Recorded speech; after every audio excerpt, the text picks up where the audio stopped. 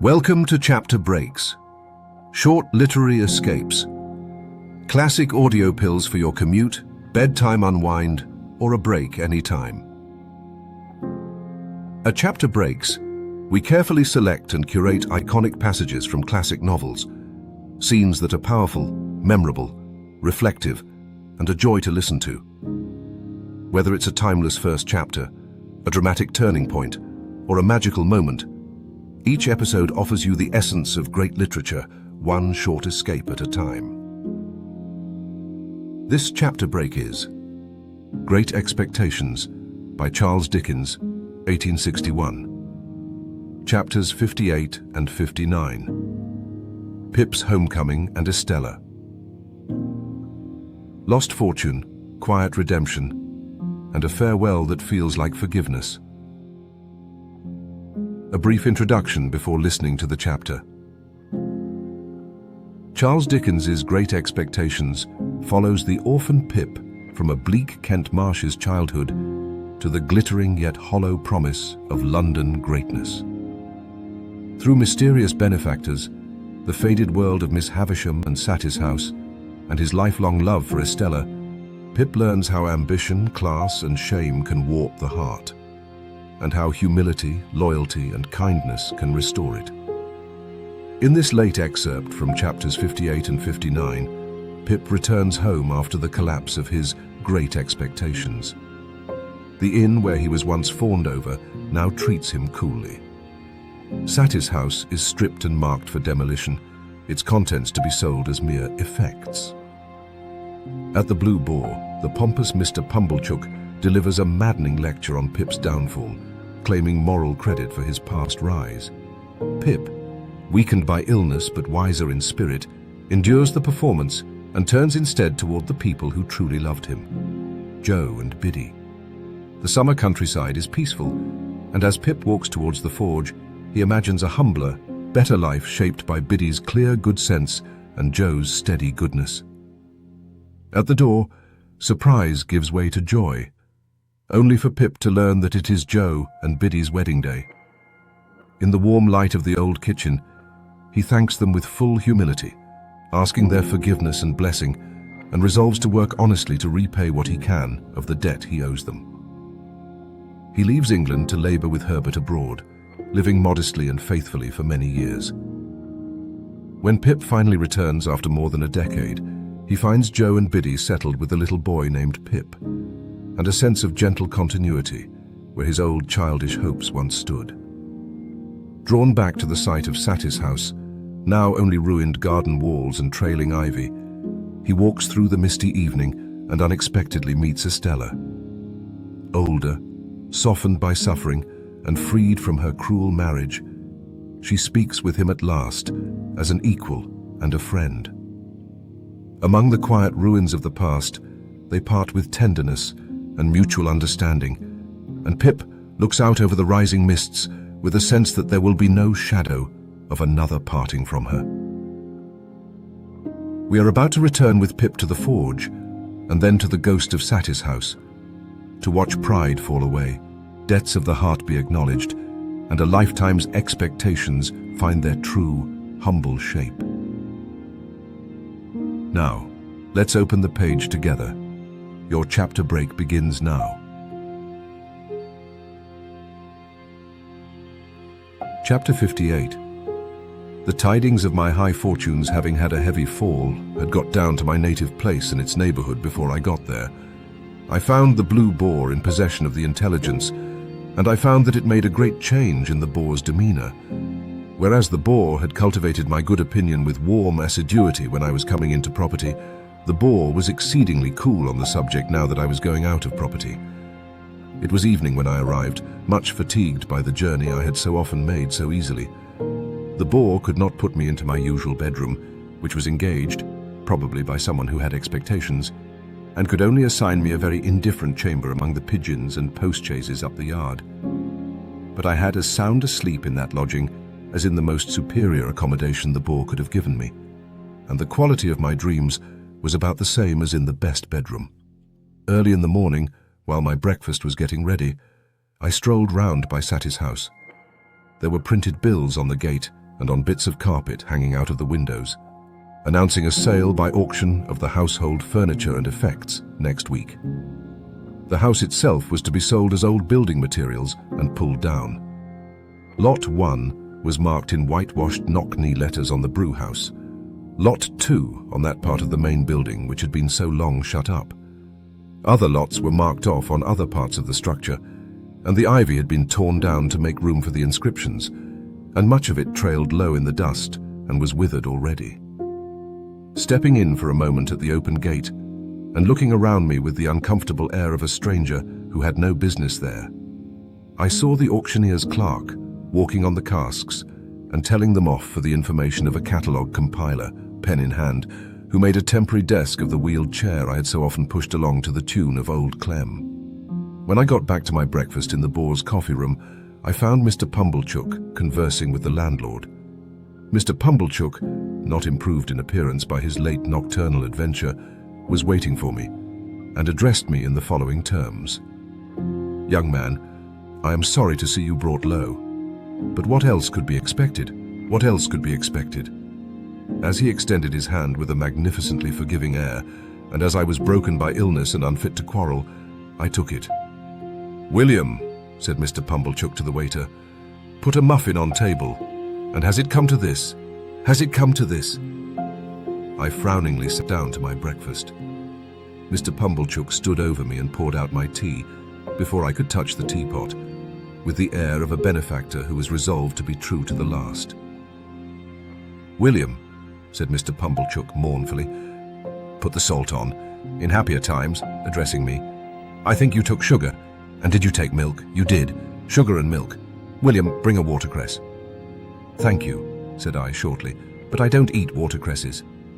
"You don't eat 'em," returned Mr. Pumblechook, sighing and nodding his head several times, as if he might have expected that, and as if abstinence from watercresses were consistent with my downfall. "True. The simple fruits of the earth.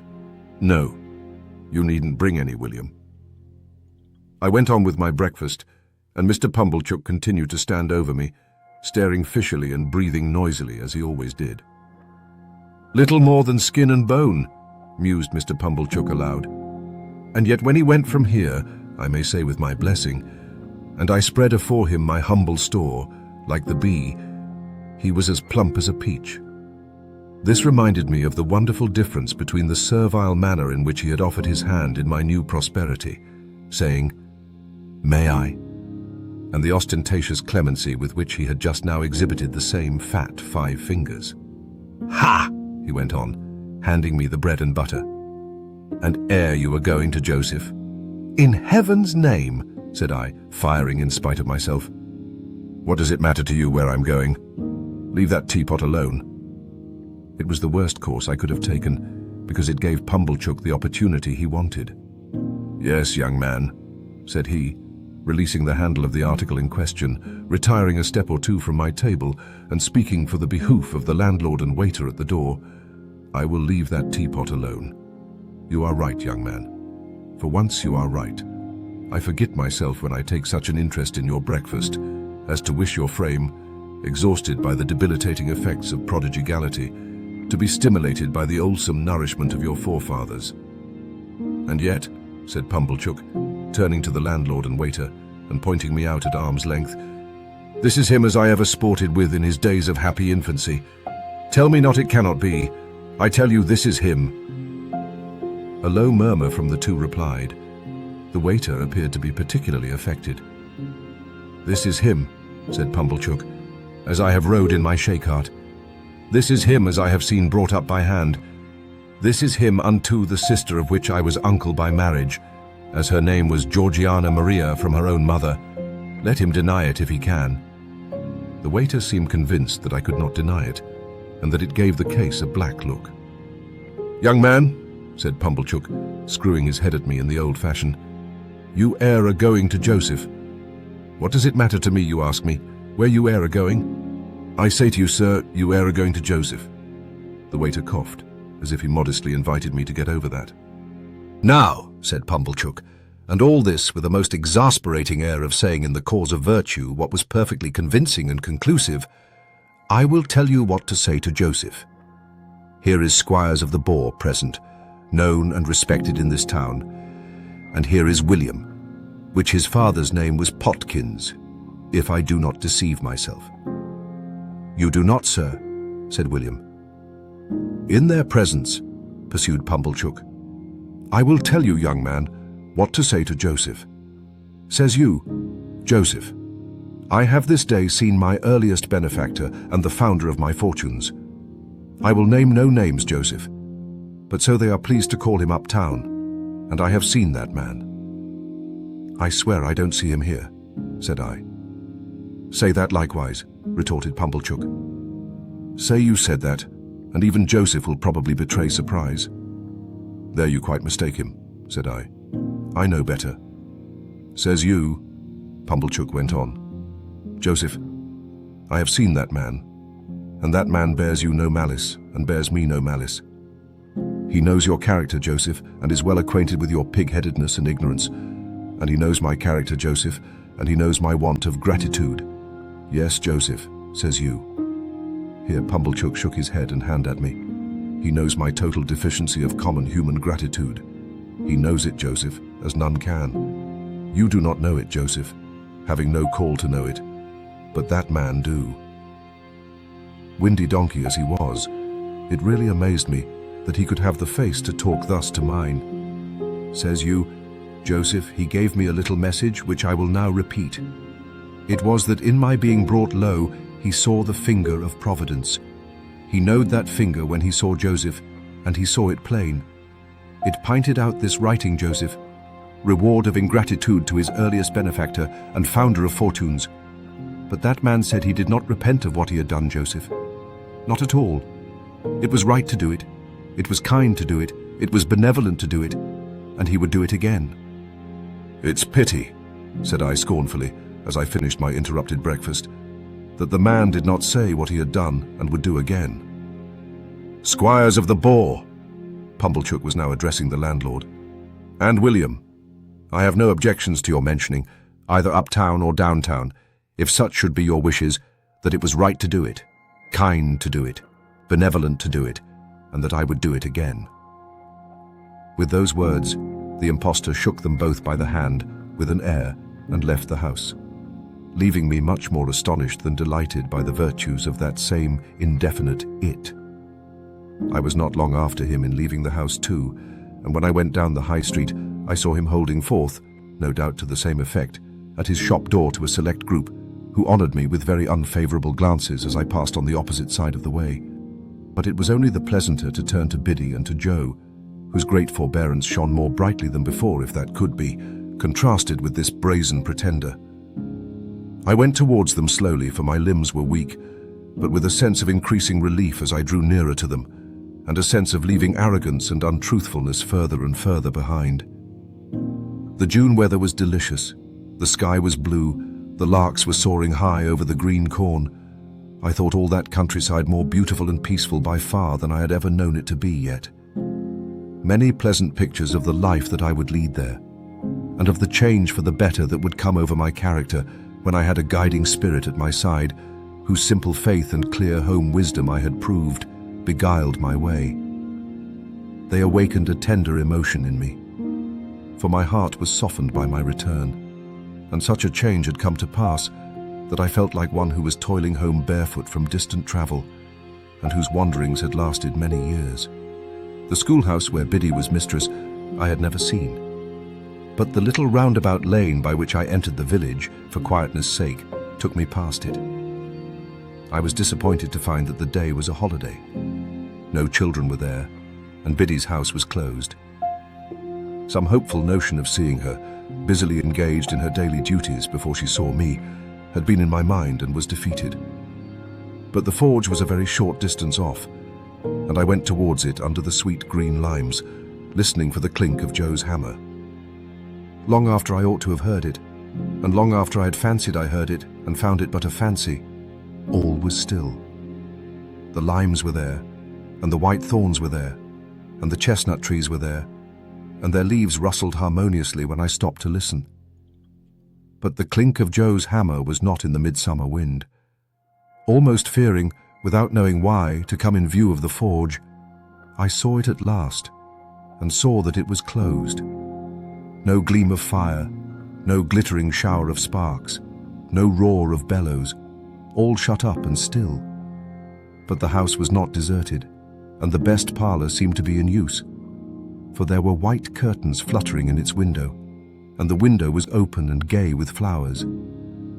I went softly towards it, meaning to peep over the flowers, when Joe and Biddy stood before me arm in arm. At first Biddy gave a cry, as if she thought it was my apparition, but in another moment she was in my embrace. I wept to see her, and she wept to see me. I, because she looked so fresh and pleasant, she because I looked so worn and white. But dear Biddy, how smart you are. Yes, dear Pip. And Joe, how smart you are. Yes, dear old Pip, old chap. I looked at both of them, from one to the other, and then, "It's my wedding day," cried Biddy in a burst of happiness, "and I am married to Joe." They had taken me into the kitchen, and I had laid my head down on the old deal table. Biddy held one of my hands to her lips, and Joe's restoring touch was on my shoulder. "Which he warn't strong enough, my dear, fur to be surprised," said Joe, and Biddy said, "I ought to have thought of it, dear Joe, but I was too happy."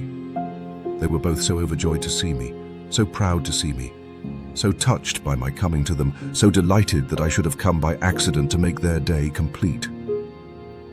My first thought was one of great thankfulness that I had never breathed this last baffled hope to Joe. How often, while he was with me in my illness, had it risen to my lips? How irrevocable would have been his knowledge of it if he had remained with me but another hour.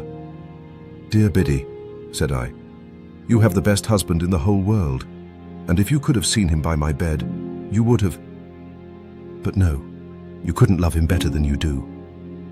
"No, I couldn't indeed," said Biddy. "And dear Joe, you have the best wife in the whole world, and she will make you as happy as even you deserve to be, you dear, good, noble Joe." Joe looked at me with a quivering lip and fairly put his sleeve before his eyes. "And Joe and Biddy both, as you have been to church today, and are in charity and love with all mankind, receive my humble thanks for all you have done for me, and all I have so ill repaid. And when I say that I am going away within the hour, for I am soon going abroad, and that I shall never rest until I have worked for the money with which you have kept me out of prison, and have sent it to you, don't think, dear Joe and Biddy, that if I could repay it 1,000 times over, I suppose I could cancel a farthing of the debt I owe you, or that I would do so if I could." They were both melted by these words, and both entreated me to say no more. But I must say more. Dear Joe, I hope you will have children to love, and that some little fellow will sit in this chimney corner of a winter night, who may remind you of another little fellow gone out of it forever. Don't tell him, Joe, that I was thankless. Don't tell him, Biddy, that I was ungenerous and unjust. Only tell him that I honored you both, because you were both so good and true, and that, as your child, I said it would be natural to him to grow up a much better man than I did. I ain't a-going, said Joe from behind his sleeve, to tell him nothing of that nature, Pip. Nor Biddy ain't, nor yet no one ain't. And now, though I know you have already done it in your own kind hearts, pray tell me both that you forgive me.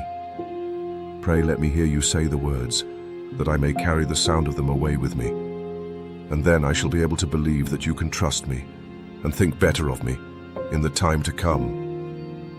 Oh dear old Pip, old chap, said Joe, God knows as I forgive you, if I have anything to forgive. Amen, and God knows I do, echoed Biddy. Now let me go up and look at my old little room and rest there a few minutes by myself. And then, when I have eaten and drunk with you, go with me as far as the finger post, dear Joe and Biddy, before we say goodbye. I sold all I had and put aside as much as I could for a composition with my creditors, who gave me ample time to pay them in full, and I went out and joined Herbert. Within a month, I had quitted England, and within 2 months I was clerk to Clarriker and Co., and within 4 months I assumed my first undivided responsibility. for the beam across the parlour ceiling at Mill Pond Bank had then ceased to tremble under old Bill Barley's growls, and was at peace, and Herbert had gone away to marry Clara, and I was left in sole charge of the eastern branch until he brought her back. Many a year went round before I was a partner in the house, but I lived happily with Herbert and his wife, and lived frugally, and paid my debts, and maintained a constant correspondence with Biddy and Joe. It was not until I became third in the firm that Clarica betrayed me to Herbert. But he then declared that the secret of Herbert's partnership had been long enough upon his conscience, and he must tell it. So he told it, and Herbert was as much moved as amazed, and the dear fellow and I were not the worse friends for the long concealment. I must not leave it to be supposed that we were ever a great house, or that we made mints of money. We were not in a grand way of business, but we had a good name, and worked for our profits, and did very well. We owed so much to Herbert's ever-cheerful industry and readiness that I often wondered how I had conceived that old idea of his inaptitude, until I was one day enlightened by the reflection that perhaps the inaptitude had never been in him at all, but had been in me.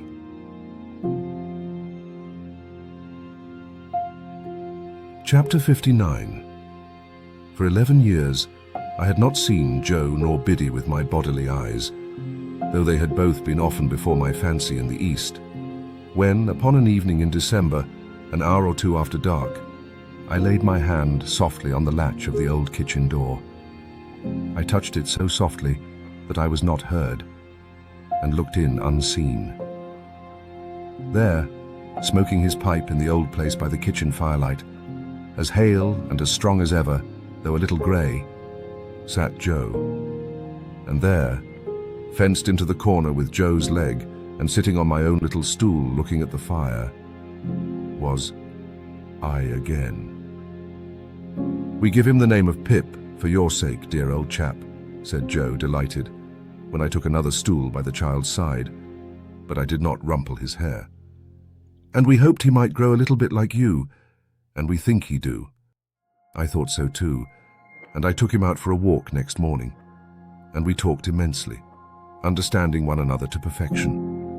And I took him down to the churchyard and set him on a certain tombstone there, and he showed me from that elevation which stone was sacred to the memory of Philip Pirrip, late of this parish, and also Georgiana, wife of the above. "Biddy," said I, when I talked with her after dinner, as her little girl lay sleeping in her lap, "you must give Pip to me one of these days, or lend him, at all events." "No, no," said Biddy gently. "You must marry." "So Herbert and Clara say, but I don't think I shall, Biddy. I have so settled down in their home that it's not at all likely. I am already quite an old bachelor." Biddy looked down at her child and put its little hand to her lips, and then put the good matronly hand with which she had touched it into mine. There was something in the action, and in the light pressure of Biddy's wedding ring, that had a very pretty eloquence in it. "Dear Pip," said Biddy, "you are sure you don't fret for her?" "Oh no, I think not, Biddy. Tell me as an old friend, have you quite forgotten her?" "My dear Biddy, I have forgotten nothing in my life that ever had a foremost place there, and little that ever had any place there. But that poor dream, as I once used to call it, has all gone by, Biddy, all gone by." Nevertheless, I knew, while I said those words, that I secretly intended to revisit the site of the old house that evening, alone, for her sake. Yes, even so, for Estella's sake. I had heard of her as leading a most unhappy life, and as being separated from her husband, who had used her with great cruelty, and who had become quite renowned as a compound of pride, avarice, brutality, and meanness. And I had heard of the death of her husband, from an accident consequent on his ill treatment of a horse. This release had befallen her some 2 years before. For anything I knew, she was married again. The early dinner hour at Joe's left me abundance of time, without hurrying my talk with Biddy, to walk over to the old spot before dark. But, what with loitering on the way to look at old objects and to think of old times, The day had quite declined when I came to the place. There was no house now, no brewery, no building whatever left, but the wall of the old garden. The cleared space had been enclosed with a rough fence, and looking over it, I saw that some of the old ivy had struck root anew and was growing green on low, quiet mounds of ruin. A gate in the fence standing ajar, I pushed it open and went in. A cold, silvery mist had veiled the afternoon, and the moon was not yet up to scatter it. But the stars were shining beyond the mist, and the moon was coming, and the evening was not dark. I could trace out where every part of the old house had been, and where the brewery had been, and where the gates, and where the casks. I had done so, and was looking along the desolate garden walk, when I beheld a solitary figure in it. The figure showed itself aware of me as I advanced. It had been moving towards me, but it stood still. As I drew nearer, I saw it to be the figure of a woman. As I drew nearer yet, it was about to turn away, when it stopped and let me come up with it. Then it faltered, as if much surprised, and uttered my name, and I cried out, "Estella." "I am greatly changed. I wonder you know me." The freshness of her beauty was indeed gone, but its indescribable majesty and its indescribable charm remained. Those attractions in it I had seen before. What I had never seen before was the saddened, softened light of the once proud eyes. What I had never felt before was the friendly touch of the once insensible hand. We sat down on a bench that was near, and I said, "After so many years, it is strange that we should thus meet again. Estella, here where our first meeting was. Do you often come back?" "I have never been here since." "Nor I." The moon began to rise, and I thought of the placid look at the white ceiling, which had passed away. The moon began to rise, and I thought of the pressure on my hand when I had spoken the last words he had heard on earth. Estella was the next to break the silence that ensued between us. "I have very often hoped and intended to come back, but have been prevented by many circumstances. Poor, poor old place." The silvery mist was touched with the first rays of the moonlight, and the same rays touched the tears that dropped from her eyes. Not knowing that I saw them, and setting herself to get the better of them, she said quietly, "Were you wondering, as you walked along, how it came to be left in this condition?" "Yes, Estella. The ground belongs to me. It is the only possession I have not relinquished. Everything else has gone from me, little by little, but I have kept this. It was the subject of the only determined resistance I made in all the wretched years. Is it to be built on? At last it is. I came here to take leave of it before its change. And you," she said in a voice of touching interest to a wanderer, "you live abroad still?" "Still. And do well, I'm sure. I work pretty hard for a sufficient living, and therefore, yes, I do well." "I have often thought of you," said Estella. "Have you?" "Of late, very often. There was a long, hard time when I kept far from me the remembrance of what I had thrown away when I was quite ignorant of its worth. But since my duty has not been incompatible with the admission of that remembrance, I have given it a place in my heart." "You have always held your place in my heart," I answered, and we were silent again until she spoke. "I little thought," said Estella, "that I should take leave of you in taking leave of this spot. I am very glad to do so." "Glad to part again, Estella? To me, parting is a painful thing. To me, the remembrance of our last parting has been ever mournful and painful." "But you said to me," returned Estella very earnestly, "God bless you, God forgive you. And if you could say that to me then, you will not hesitate to say that to me now. Now, when suffering has been stronger than all other teaching, and has taught me to understand what your heart used to be. I have been bent and broken, I hope, into a better shape.